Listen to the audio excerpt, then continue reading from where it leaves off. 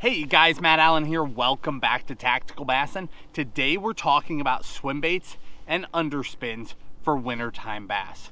When do you throw one? When do you throw the other? When do you throw a big swim bait? When do you throw a finesse swim bait? When do you throw that bigger underspin or a little tiny underspin? And how do you know which one you should be using? Wintertime can be a challenge. We're about to make it a whole lot simpler.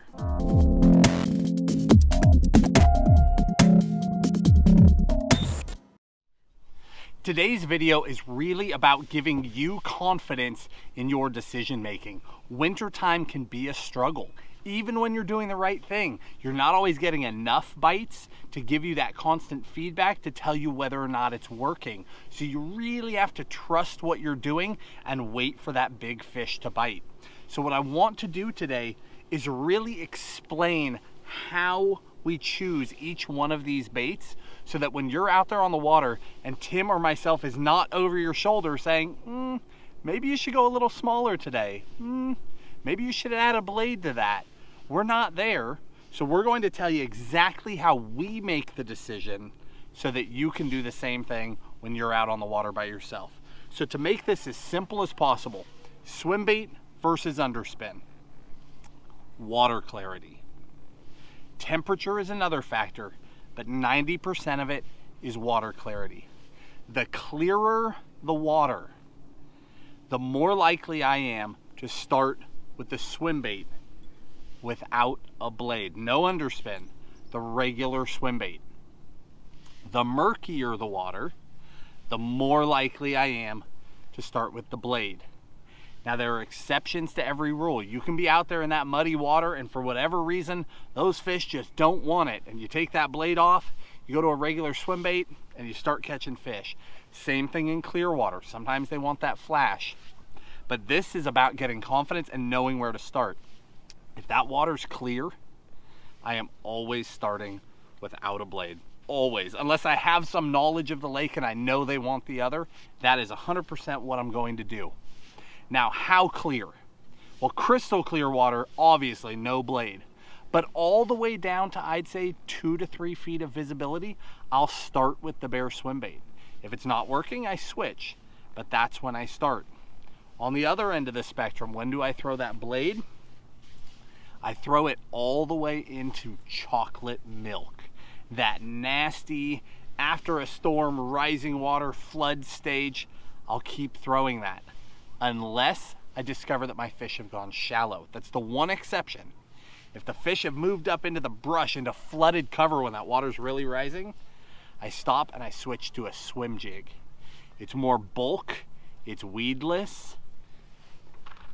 Pair it up with a swim bait to match, and you can fish that thing in 0 inches of water. You can throw it right on the bank because it's weedless and then drag it out into the water, because when that muddy water is rising, the fish will get right on the bank hunting for that food that's coming in, and that's where they'll find me with my swim jig waiting for them. Now, anything shy of that, I'm back to that blade. Now, size. There's a huge range in size. You know, Tim just did a video talking to you guys about throwing little finesse swim baits. He was talking about that little tiny guppy head. The next size up from that is the tactical finesse head. That's Tim and I's head. But it's a fair bit bigger, the hook. Don't worry about the head size. This is an 1/8 ounce, this is a 1/2 ounce. So obviously the head size is different.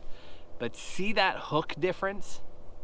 And then from there, the Matt Allen, let me take the bait off this one so you can really see it.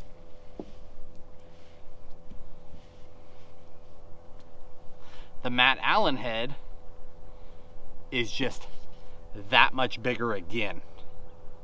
So how do I judge which head to throw on a given day? The colder the water, the more likely I am to start with a tiny bait. Like a little 2.8 Kitech on that little guppy head. Again, if the water's clear, I start here. If the water's murky, I start with the blade. This is that cool baits. But look how similar the hooks are. Right, so at every size, I have a comparable bait. One with a blade, one without. So, getting a little bit bigger. There's our head. Well, let me grab one without a bait on it. There's our head, that's the finesse head. Here's that war pig. Little bit heavier wire, but very similar. Great options. And then when I want that bigger presentation, you know, the Matt Allen head versus that Blade Runner, virtually identical hook size. A very simple way to adapt. I have both styles. Again, the colder the water, I typically start small and I work up from there. Tim just did a video, or I did a video, I don't even remember who did it, talking about the extremes. Fishing ultra small or fishing really big. Going back and forth between those two. That is how you get bit when nothing is working. You do one or the other in the coldest part of winter. But once we get out of the coldest part of the winter, once we get into just cool water, but we're headed towards the pre-spawn, then you start sizing up, start fishing there in the middle, trying to find the best quality fish. And that's where I'm inching up in size. If I figure out that I'm catching them really good on a 2.8, I'm gonna stop. I'm gonna throw a 3.8 or a 4.8 or a 5.8 until I stop catching fish. Then I'm gonna backtrack and keep going. Now that 3.8, 4.8, 5.8, that's a reference to a Kitech sizing, but that's literally inches. So 4.8 is 4.8 inches, basically a 5-inch swim bait. And down in the video description, I'll link you not only the heads, I will give you the heads and the underspins, I'll give you the Kitechs, but I'll also give you 3 or 4 of our other favorite swim baits for this style of fishing so that you have some different things to compare with. But again, the big thing here, guys, is I really want to simplify this because we're not there looking over your shoulder. It's one thing when I'm sitting here talking to you and you're taking in information, or you hear Tim saying it's time to throw that little finesse swim bait. You go out there and you're throwing it, and if it's working, great. But if it's not, you start second guessing yourself. And Tim's not there to say, hey, this isn't the situation for the blade. You need to take that blade off. Throw the bear swim bait. So if you understand those little nuances, so let's just really quick, let's run through them again. Clearer the water, the more likely you're going without a blade. Murkier the water, more likely you go with. Colder the water, I tend to go smaller, and I also do lean towards no blade. I lean towards the bear swim bait in that ultra cold water. When it starts to warm up just a little, I'm more likely to mix that blade back in. Now as water warms up, whole different scenario. That water gets any sort of clarity, that swim bait will catch them, but so will that blade. In the springtime, the bait fish start coming back to the shallows. Now if you have a bluegill fishery, it's not as big of a deal. Oftentimes the swim jig is a killer in a lake that's got a lot of bluegill and not a lot of shad or other small bait fish.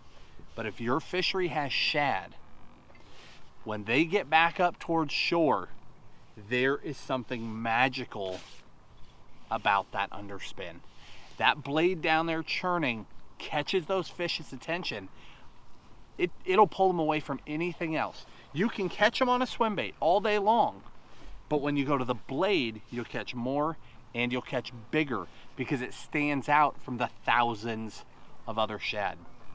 But if you're not on one of those fisheries where you get those great big bait balls pushing up on the shore, maybe you're in a northern fishery where you don't have shad at all, maybe your lake is just pretty clear, pretty sterile, doesn't have tons of bait, I will always lean to that swim bait.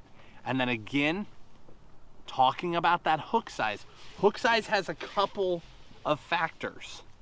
Obviously you can pair them to the size of the bait. So that Matt Allen head is pairing up great with a 4.3 or a 4.8. That smaller size, the Tactical Finesse, is pairing up great with a 3.3, a 3.8, a 4.3, but it will still throw a 4.8. But it's more than just getting them to match. When you're changing the hook size, you can also change your gear. When the going gets tough, you will get a lot more bites on a really light line.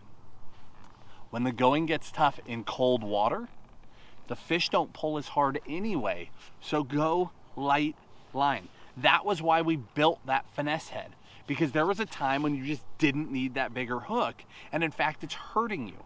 If you drop down in line, you get down to a 10 or 12 pound line, you can still throw a 1/2 ounce swim bait. You can throw a 4.8 on a 1/2 ounce head, but set it with 10 pound line, and you're going to get way more bites in that clear water. And then same thing with the little guppy head or the little cool baits. You can get all the way down to 5 or 6 pound line and set that hook, no problem, and you will get more bites. So with your own equipment, in the coldest part of the year, go to lighter line, go to a softer rod. I love to throw these swim baits on like a 7.2 medium heavy, even like a 7.2 heavy in the springtime. When I know the big ones are up, I'll throw it on 20 pound, braid to 20 pound on a 7.2 heavy, and I stick those fish. But throwing that same bait, I go to that little hook, I'll drop all the way down. This is literally my jerkbait rod. 610 medium X Pride, 10 or 12 pound straight fluoro or braid to a leader, either one. Smaller hook, and I'm gonna catch way more fish than I ever would on that 20 pound. Makes all the difference. So guys, go out there this winter with confidence. Spring is coming. Keep powering through. You're gonna get these patterns figured out, and by next winter, you will be slaying those fish all winter long. You can do it. But fish with confidence, understand when we're adapting so that you can do the same thing, and I think you'll see a major improvement. Guys, if you enjoyed the video, hit the like button, subscribe to the channel, turn on notifications so you know when these videos are coming out. They come out on Monday, Wednesday, and Friday. We appreciate you. We'll talk to you soon.